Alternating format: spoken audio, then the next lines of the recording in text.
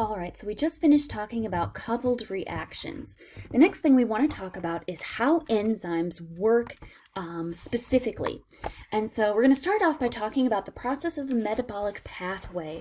Now, when we are talking about reactions occurring in the human body, reactions don't just occur haphazardly in any old order. Reactions always occur, or reactions normally occur in a very clear, concise sequence, where we'll start off with an initial product or an initial reactant known as A. We'll end up with a final product known as G. There's going to be several steps along the way. This is what's known as a metabolic pathway.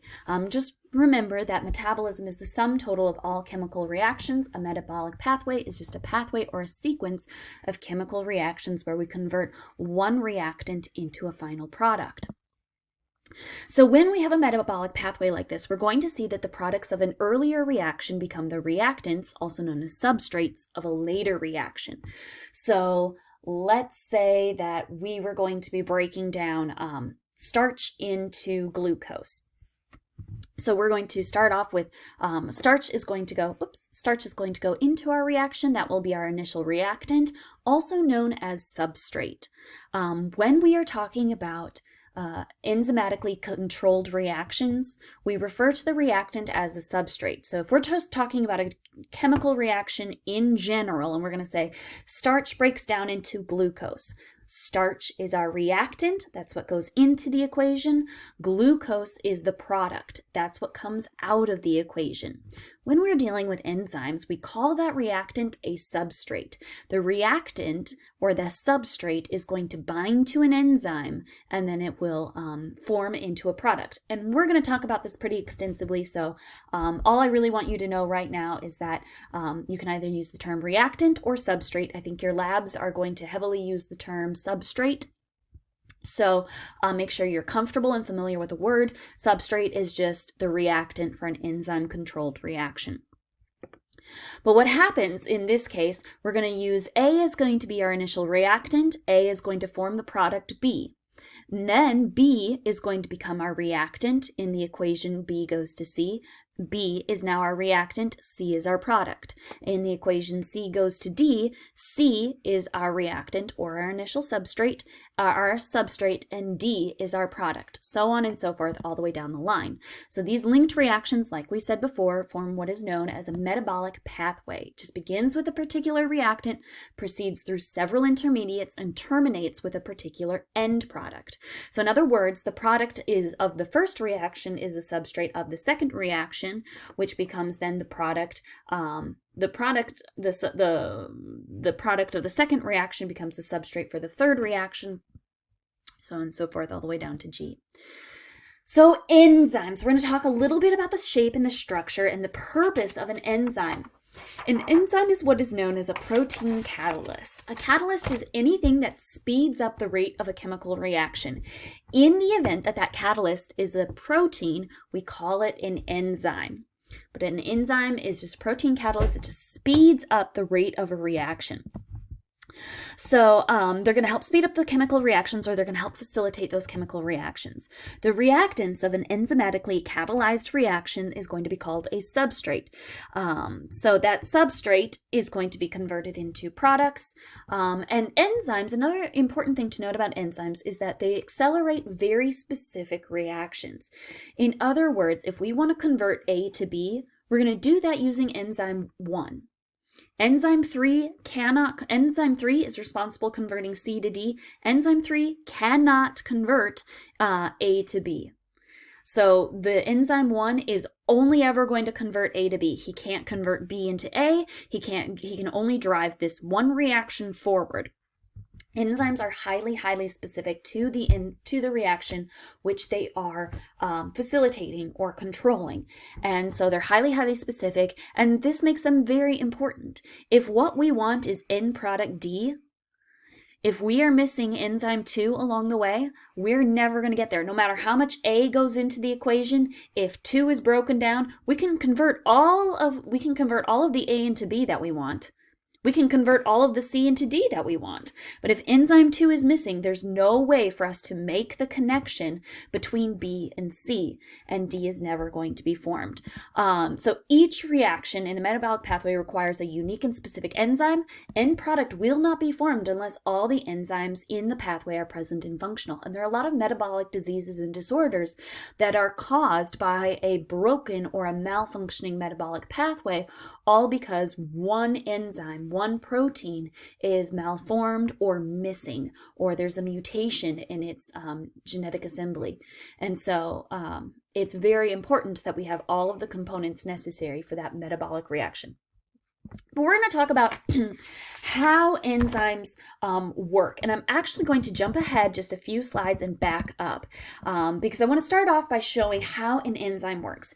Enzymes work by bringing substrates together to form a final product, or and sort of facilitating that reaction. So let's say here we have a reaction.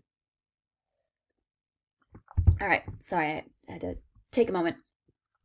Maltose. Let's say what we want to do is synthesize maltose. If you remember way on back from chapter 3, maltose is a sugar. It is made out of 2 glucose molecules. So we have one glucose molecule and another glucose molecule. Now we can throw those glucose molecules into a bowl and mix and mix and mix and mix, and hopefully they'll form together to form maltose. Or what we can do is add an enzyme. And what the enzyme is going to do is he's going to take this molecule of glucose and this molecule of glucose, and he's going to snap them together. They're going to bind to the active site.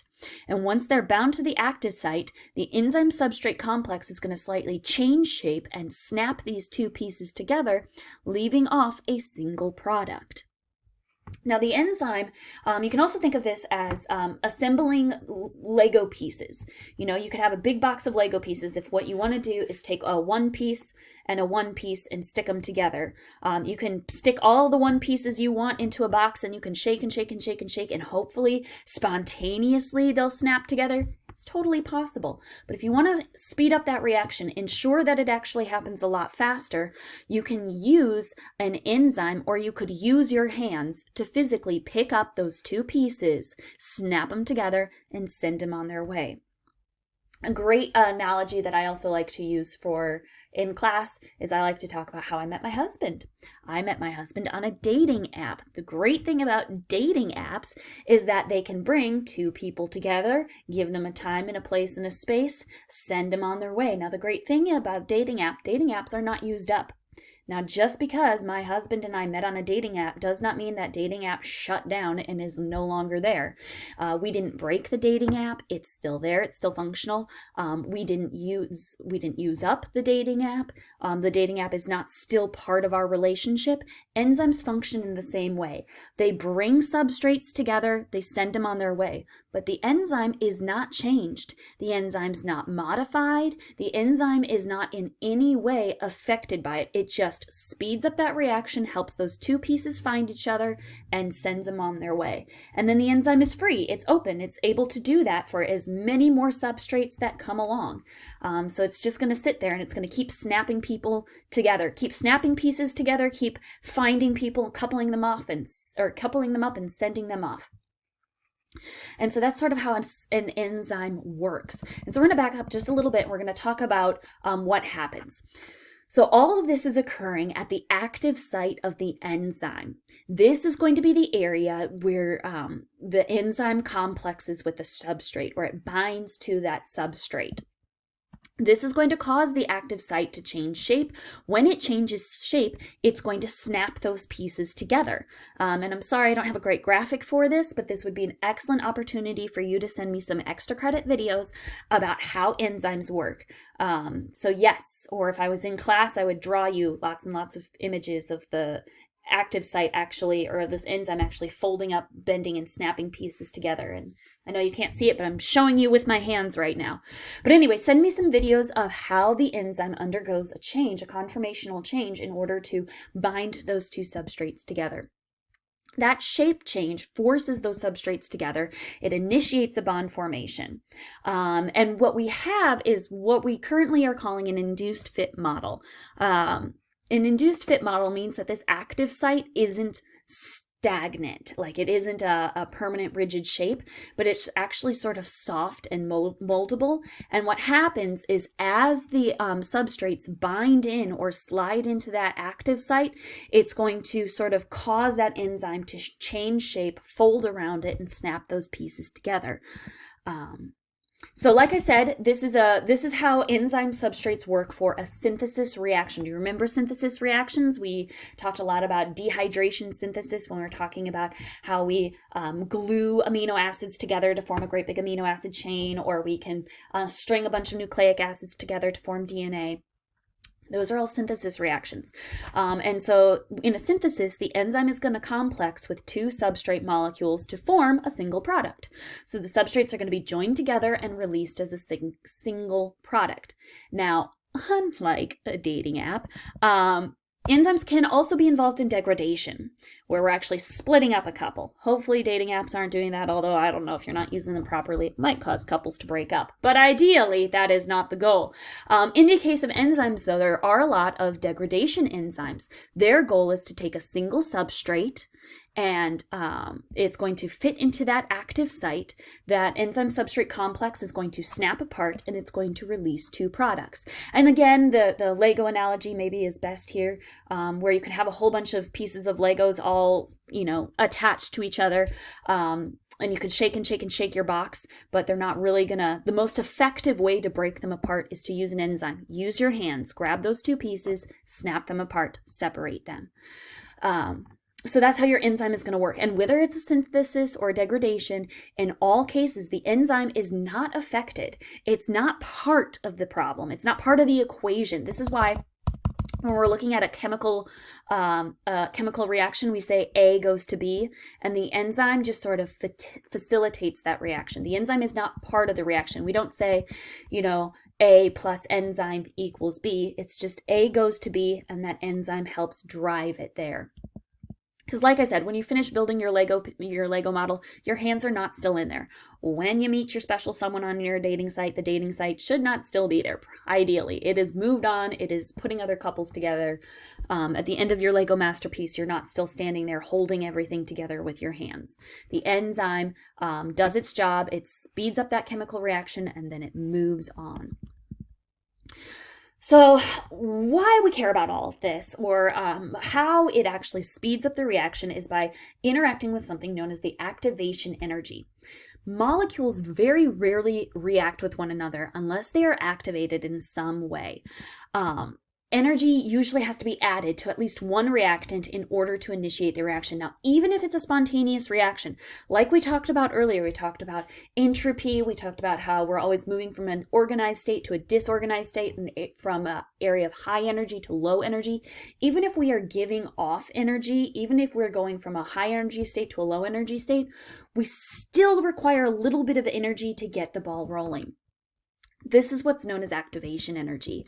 And enzymes work by lowering the activation energy. They help bring substrates into contact with one another at such the right time in the right place so they can find one another, bind, and move on. And it ultimately increases the rate of the reaction. So here's a little diagram of activation energy. Here we see that we start off with our initial energy of our reactants and our final energy of our products. You can see here that we start high energy and we start with high energy and we go to low energy.